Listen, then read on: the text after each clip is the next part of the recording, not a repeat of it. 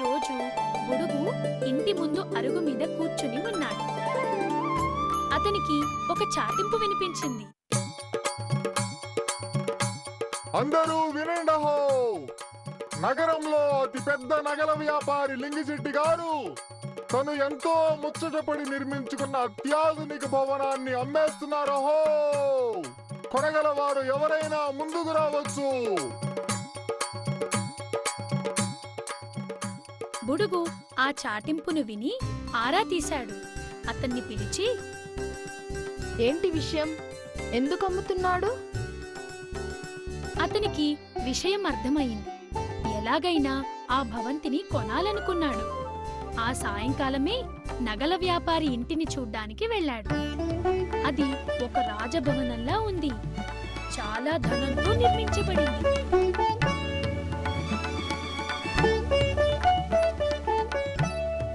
లింగిశెట్టి ఎందుకు అమ్ముతున్నాడో వివరించాడు.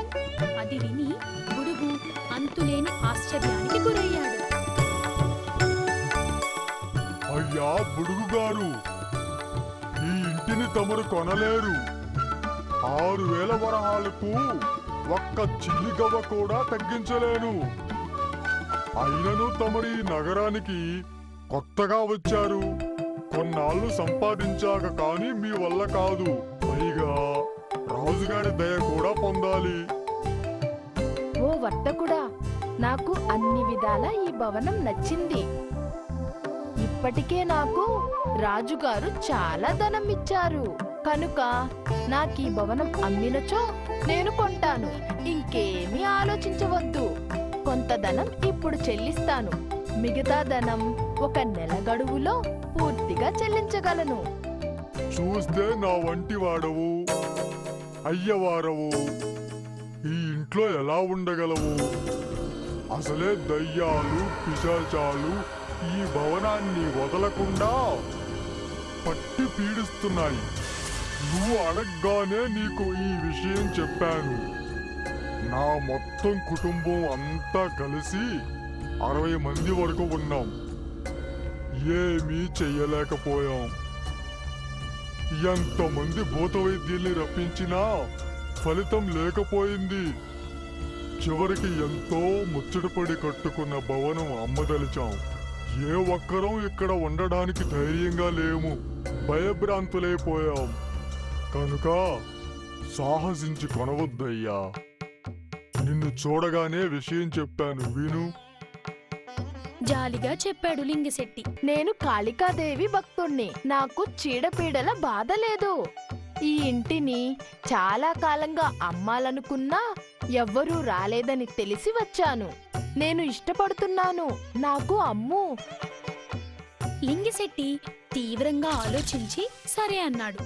చివరకు 1000 వరహాలు పుచ్చుకొని ఓ పత్రం రాయించుకున్నాడు. 1 నెల గడువు మాత్రమే ఇచ్చాడు.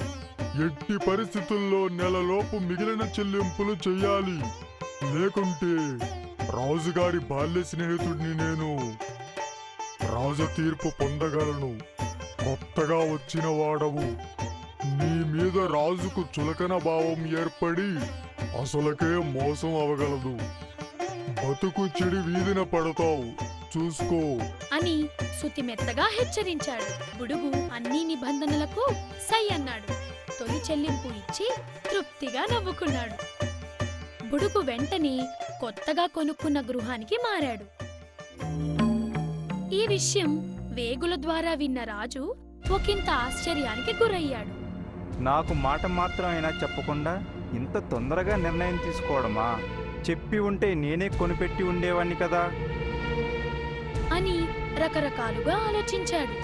ఆ తర్వాత ఏ రోజు చెప్పలేదు. 3 నెలలు గడిచినా చెప్పలేదు. ఆ తర్వాత రాజు బయటికి కనపడకుండా లోపలే బాధపడ్డాడు. రాజుగారు నిండు కొలువులో ఊపిరి సలపలేనంత పని ఒత్తిడిలో ఉండగా లింగిశెట్టి వచ్చి ఫిర్యాదు చేశాడు. ఒక్కసారి సభంతా నిశ్శబ్దంగా మారిపోయింది. సార్వభౌమ, మీ బాల్యమిత్రుడు ఈ రోజు తీర్పుకై మీ ముందు చేతులు కట్టుకుని నించున్నాడు. నేను అదృష్టవశాత్తు ఓ అద్భుతమైన భవనాన్ని నిర్మించాను. అది వెలకట్టలేనిది, కానీ అందులో నివసించలేనిదిగా కొరకాని కొయ్యగా నా పాలిట మిగిలింది. అతి తక్కువ వెలకు కొత్తగా వచ్చిన బుడుగుకి అమ్మాను. అతను నమ్మబలికి తొలుత అతి తక్కువ ధనమిచ్చి నెల గడువు లోపు మిగిలినది తప్పక తీరుస్తాను అని చెప్పి ఇప్పుడు 3 నెలలు అయిన పిదప ఇక తాను ఇవ్వవలసింది ఏమీ లేదు అని చెప్పుచున్నాడు. నాకు తగు న్యాయం ఇప్పించగలరు. రాజు లోపల చాలా బాధపడ్డాడు. ఇదేం ఈ కొత్త బుడుగు వింత పోకడలు వినుటకు చాలా వింతగా కష్టంగా ఉంది. సరే, పిలిపించి విచారించినా తెలియగలదు. వెంటనే బుడుగుని పిలిపించుము. ఆ రోజు సభలో దిగ్గజాల్లాంటి కవులు ఆసీనులై ఉన్నారు. సభకు విచ్చేసిన బుడుగు సభకు, రాజుగారికి, ప్రముఖులకు నమస్కరించి, రాజుగారు, సభకు పిలిపించడానికి కారణం నాకు తెలియకుండానే నేనేమైనా తప్పు చేశానా అని మిక్కిలి వినయంగా అడిగాడు.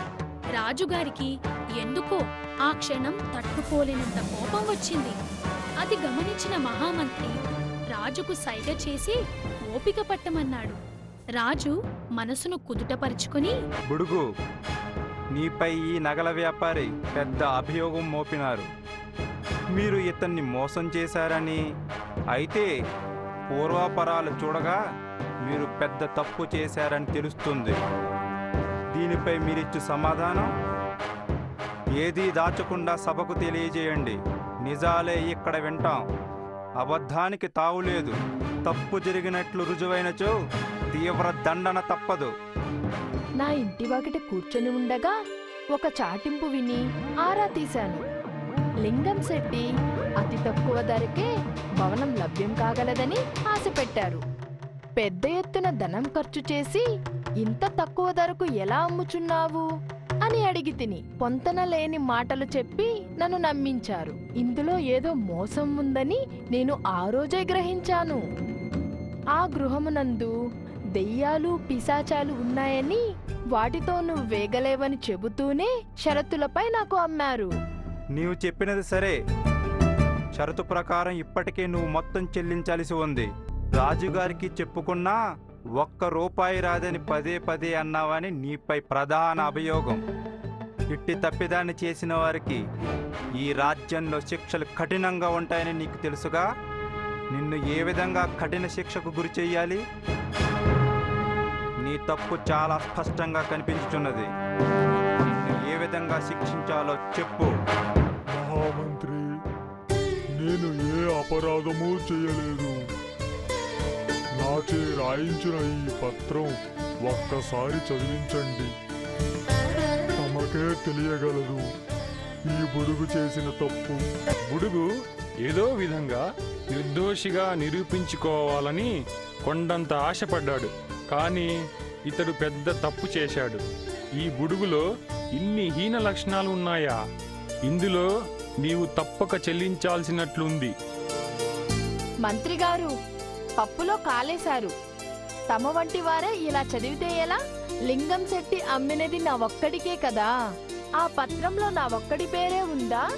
లేదే, వేరే వారి పేర్లు కూడా ఉన్నాయి. దయచేసి ఇంకొక్కసారి చదవండి. నీ ఒక్కడిదే ఉంది, వేరెవరి పేర్లు లేవే. ఎన్ని కళ్ళతో చదివినా మారిపోదు కదా. నీకు చాదస్తం మరీ ఎక్కువలా ఉంది. ఆ పత్రంలో అక్షరాల 3 పేర్లున్నాయి. బుడుగుతో పాటు దయ్యాలు, పిశాచాల పేర్లు కూడా ఉన్నాయి. వాటి వలన బుడుగుకు ఏ ప్రమాదం వాటిల్లినా ఎలాంటి పూచి తనకు లేదని కూడా రాశాడు ఈ పెద్ద మనిషి.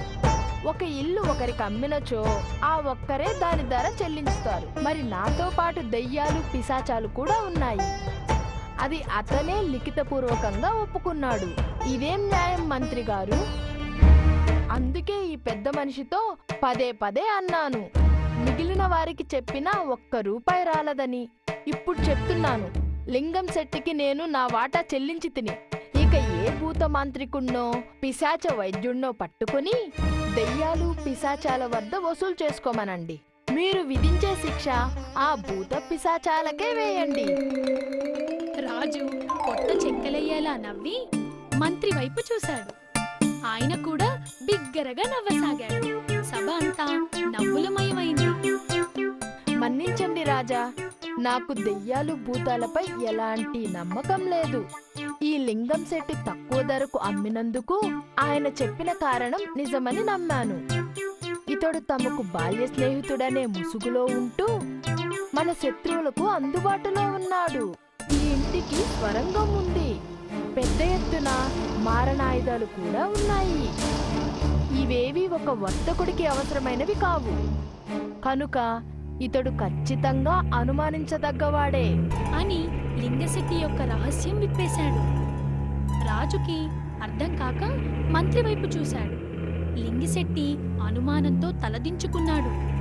రాజుకు భయపడి నిజం ఒప్పేసుకున్నాడు. ఈ శత్రువులతో ఒక దశలో చేతులు కలపక తప్పలేదు. ఆ సొరంగ మార్గంలోంచి వారి రాకపోకలు సాగేవి.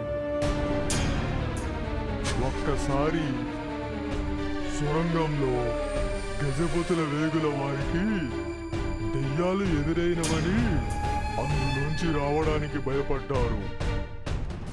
తీరా నాకు ఆ ఇంట్లోకి వెళ్ళాక అన్ని విధాలుగా నష్టం వచ్చింది.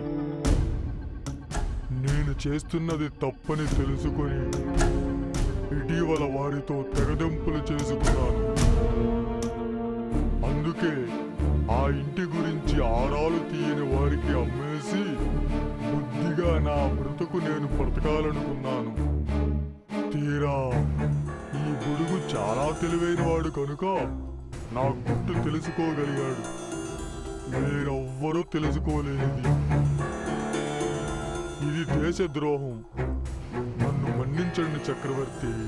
ఏమయ్యా, నీవు నా బాల్యమిత్రుడు. నేను నీ ఎడల చాలా ప్రేమగానే ఉంటున్నానే. మరి నాపై నీకెందుకు ఈ ద్రోహచింత? దీనిని మన్నించలేని దానిగా భావిస్తున్నాను.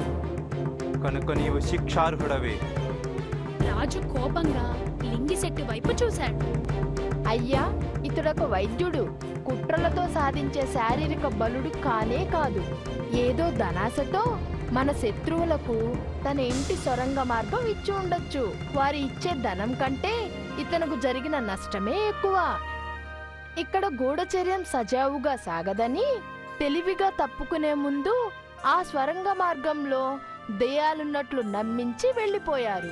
దెయ్యాల ఉనికి నిజమే అని భ్రమలో పడి పాపం ఎంతో ఖర్చు పెట్టి కట్టించుకున్న భవనాన్ని చవకగా నాకే అమ్ముకున్నాడు. దెయ్యాలు నిజమే అయితే ఈ పాటికి నాకు కనిపించాలి కదా, కానీ ఇంతవరకు నాకు కనపడలేదు. ఒక విధంగా చేసిన తప్పుకు ఆర్థికంగా నష్టపోయాడు. ఏది ఏమైనా ఇతడు చేసింది తప్పే. అందుకు శిక్ష రాజుగారు దేశద్రోహులకు విధించే శిక్ష వేయవద్దని నా మనవి. దేశ బహిష్కరణే మరణదండనతో సమానం. నిజమే, బుడుగు చెప్పినట్లు దేశ బహిష్కరణతో సరిపుచ్చాలి. లింగిశెట్టి తనకు బాల్య స్నేహితుడు. చేతులారా చిత్రహింసలు పెట్టి శిక్ష అమలు చేయలేడు. ఒక విధంగా బుడుగు అడ్డుపడకుండా ఉంటే రాజు తప్పనిసరి పరిస్థితుల్లో శిక్ష విధించేవాడు అని మనస్సులో అనుకుని లింగిశెట్టికి దేశ బహిష్కరణ శిక్ష విధించాడు.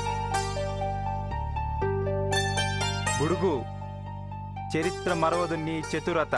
స్వామి భక్తి సదా నిలుచును. ఈరోజు నా హృదయం తేలిపోవచున్నది. ఆ దెయ్యాల భవంతిని వదిలేయి. నేను వేరే భవంతిని ఏర్పాటు చేస్తాను, కాదనకు. ఇంకా పదే పదే మెచ్చుకొని బహుమతులిచ్చి సత్కరించాడు.